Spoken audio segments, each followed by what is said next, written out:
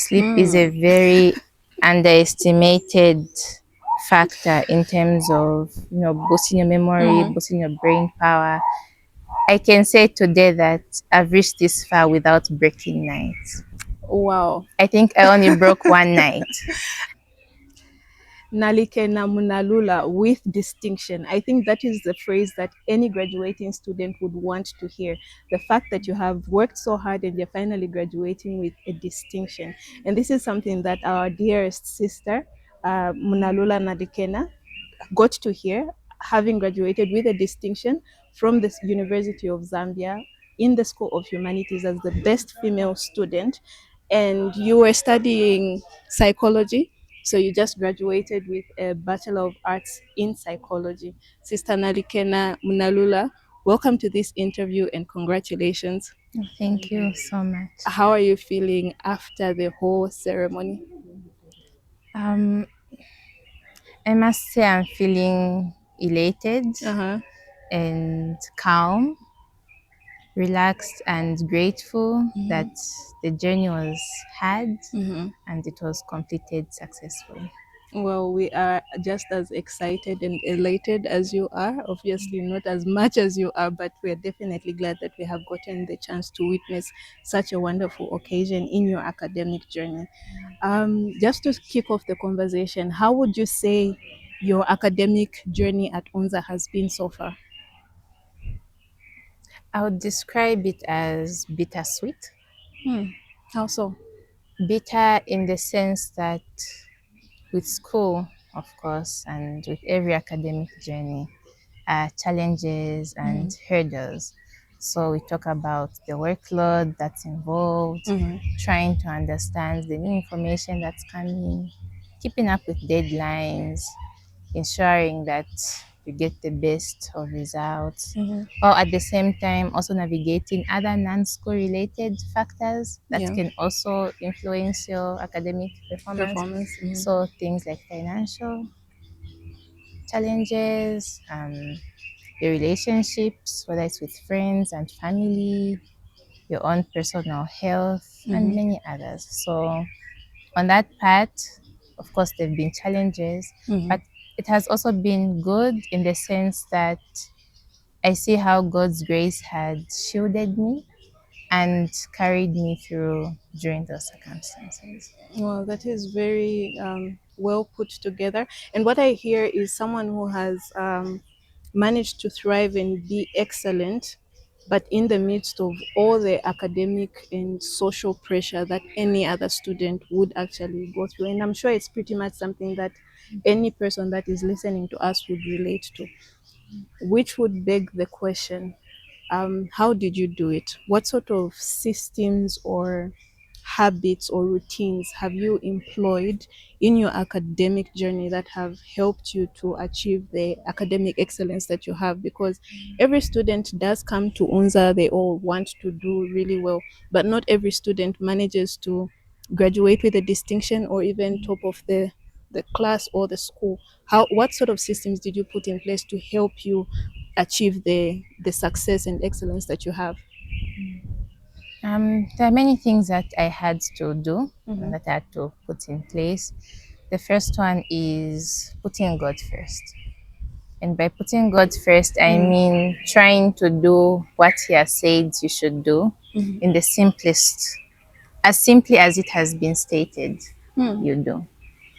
So when God says through Ellen White that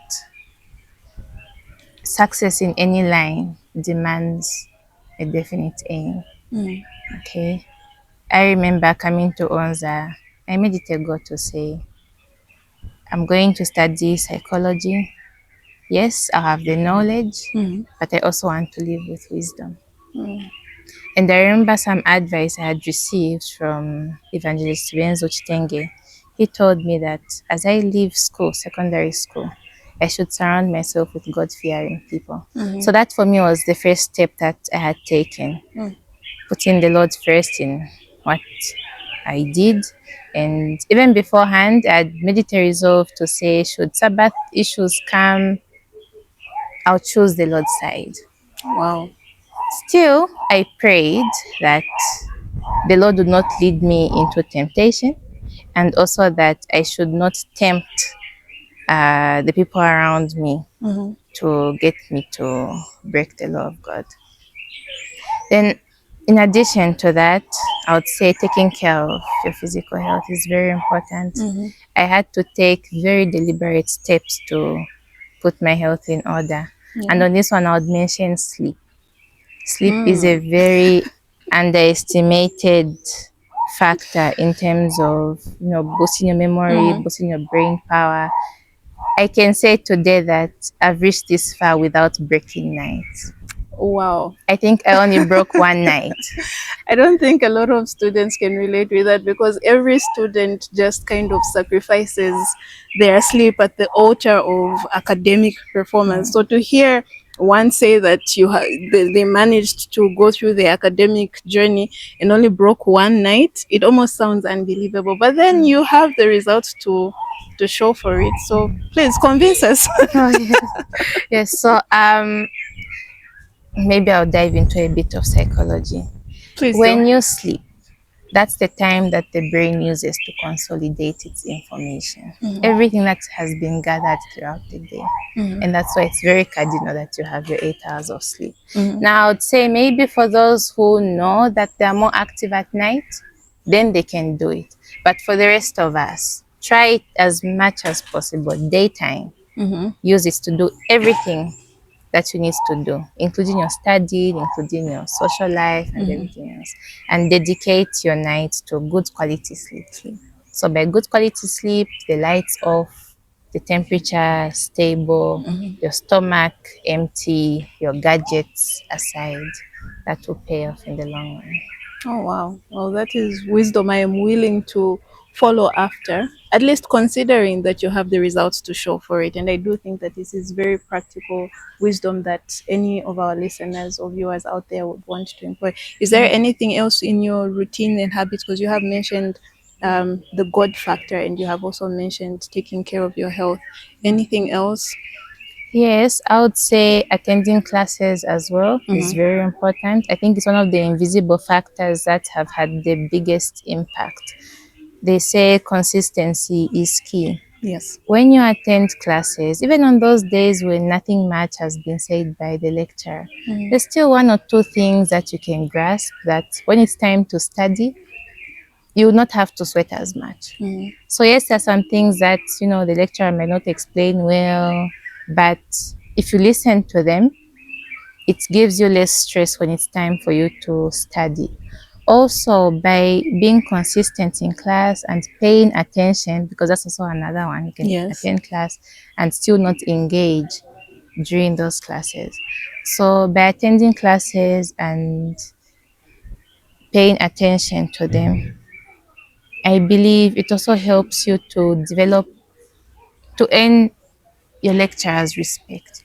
Absolutely. Because then when you have a question or you have a query or even a problem, a challenge, okay, say maybe you miss a test or you get unwell, because you have shown your dedication and because you have been consistent, there's certain kinds of favor and respect that is bestowed upon you. Absolutely. Yes. So if you don't attend classes and suddenly a real circumstance comes that maybe holds you back from attending a quiz or a test, it becomes very difficult for you to plead your case, because then your track record is already Quite good. unfavorable and puts you at a disadvantage. So that as well is a very, very important one. I would also say having good relationships with the people around you. University time is a time that many people go through heartbreaks. Um, Sometimes, say, if you're in a boarding house or in a room, the times that maybe as roommates you have some conflicts.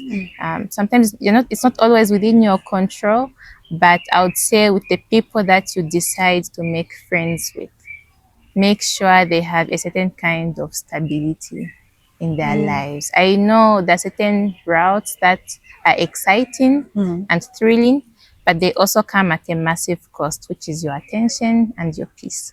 So go for those who are stable, go for those that will push you forward. and you find that everyone that is around you will be in a position that is able to support you towards your academic goals. Okay. Thank you so much for that very practical wisdom. So maybe I'll just ask you to address something. So you are a very active member of UCF. Your presence and your wisdom, your activity is felt in so many of the departments. And you have been a very wonderful sister in the faith. I would like to ask you to just speak to any observations you might have made in terms of how the church may perhaps have some blind spots when it comes to inadvertently not addressing some limitations that might exist that might hinder the young people in the church from thriving academically and spiritually. Would you mention anything in those lines? Yes, although not all. Of course. There's always room for Mhm, improvement as being human beings and sinners. But I would say that true religion and the religion of Christ encompasses everything in our lives. mhm, Take it from Adam when God created him. There was nothing like, oh, this is spiritual Adam and this is outside spiritual Adam. mhm, God was everything. mhm, And it's the same thing with us. Christianity is a lifestyle. So we should not separate church things from school things, from work things, mhm. from home things, from life things. In that vein, I would say that education is not a secular venture. Amen. Education comes from God. We're born as babies with not much in our brains. Of course, we have some software that helps us know to fight for what we need, but there's so much room for education. That was designed by God. Mm, So He wants us to grow. He wants us to create things. He wants us to expand our capabilities. So we should not think that going to school is a sin, but rather it's actually one of the best avenues that you can use to display God's power. Because with knowledge comes wisdom. mhm, So let's not look down on school. Religion is applicable in schoolwork, in education, just as much as it is applicable in every other dimension of our lives, like food, for instance. mhm, So I think that's a gap that the church needs to address and encourage more people to take the school path. If there are queries about how the education sector is dominated by what we would call the worldlings, then that's even a bigger opportunity for us to make sure Absolutely. that we educate ourselves well so that we become the, I'll call the leading force Mhm, in the educational space. So if there's no quality education up there, it's up to us to make sure that we educate ourselves, that we become the ones to give the world that mhm. quality education that we want to see. Thank you so much for that. And maybe just narrowing into your field of study, do you think that psychology has any place in the church space? Oh, yes, yes, very much. Mhm, There are many gaps. Psychology is a study of human behavior mhm, and mental processes, as well as its implications, I believe. So, God works through people mhm, and He works through our minds. So, everywhere where there's a human being, that's already an opportunity for psychology. mhm. So, to Absolutely. contextualize it, I'll just say when I see the children around Mhm, as they grow, that's already a field mhm, that psychologists can help and assist, particularly with regards to child raising. We're living in dangerous times now. mhm. We need to know how to raise our children well and avoid the pitfalls that a lot of people are facing. That Um, indeed is true. Even with things like marriages, Mhm, how to get our families together, that's also another mhm, opportunity. And another important one is in our evangelism spaces. mhm, I think for us who are more conservative Christians, we might find ourselves easily entangled in conflicts and debates. mhm. when we're trying to share the faith, things that should not be done at all. We're not supposed to use the Bible to fuel our arguments. Yes. So I believe psychology can inform us also in such avenues, so that we know how to work with the people that God has given us to spread His word. Absolutely. Well, thank you so much, Sister Muna. It has been such a delight and an inspiration to sit down with you for your, I think, what I will call your inaugural interview since your graduation. And we do wish you all the best as UCF. And I do believe that our viewers out there have benefited from the wealth of wisdom that you have shared, and are just as inspired by you as I have been. So thank you so much for sharing your story and for all the information and the wisdom that you've given to us today. Thank you so much. And in closing, I'll just say I wish you all the best for the upcoming students as well. God is the beginning, God is the end, and surely He works in mysterious ways. Commit your paths to Him, He will never disappoint you. Amen and amen to that.